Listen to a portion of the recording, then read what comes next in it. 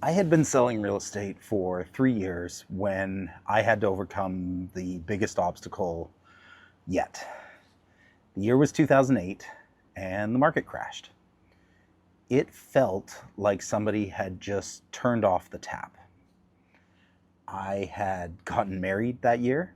We had bought our first home and I was really scared.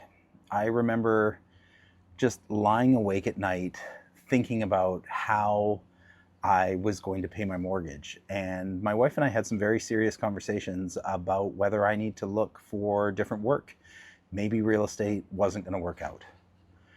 The way I overcame the obstacle was by getting really good at pricing homes.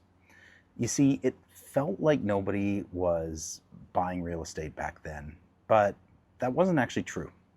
If you look at the stats in New West between September 2008 and January 2009, about 8% of the homes that were for sale still sold. Now, to put that in perspective, today is also a tough market, and last month in New West, 13% of the homes that were for sale sold. So there still were buyers out there. They were just very picky and they were very price sensitive. And getting good at pricing homes meant really understanding the market and what was going on, and knowing that if you had any chance of selling of the homes that were for sale, you had to look like the best deal around.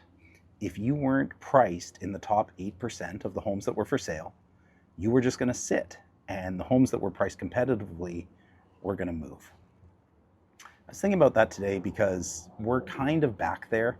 It's a very similar market today as the 2008 market. And if you're trying to sell and you've been frustrated that you aren't moving, chances are the problem is that you don't look like the best deal compared to your competition that's out there. So an exercise that would be really worth doing is putting yourself in your potential buyer's shoes, looking at the other homes that are on the market in your price band, and asking yourself, am I in the top 10% of best deals compared to what my potential buyer is looking at?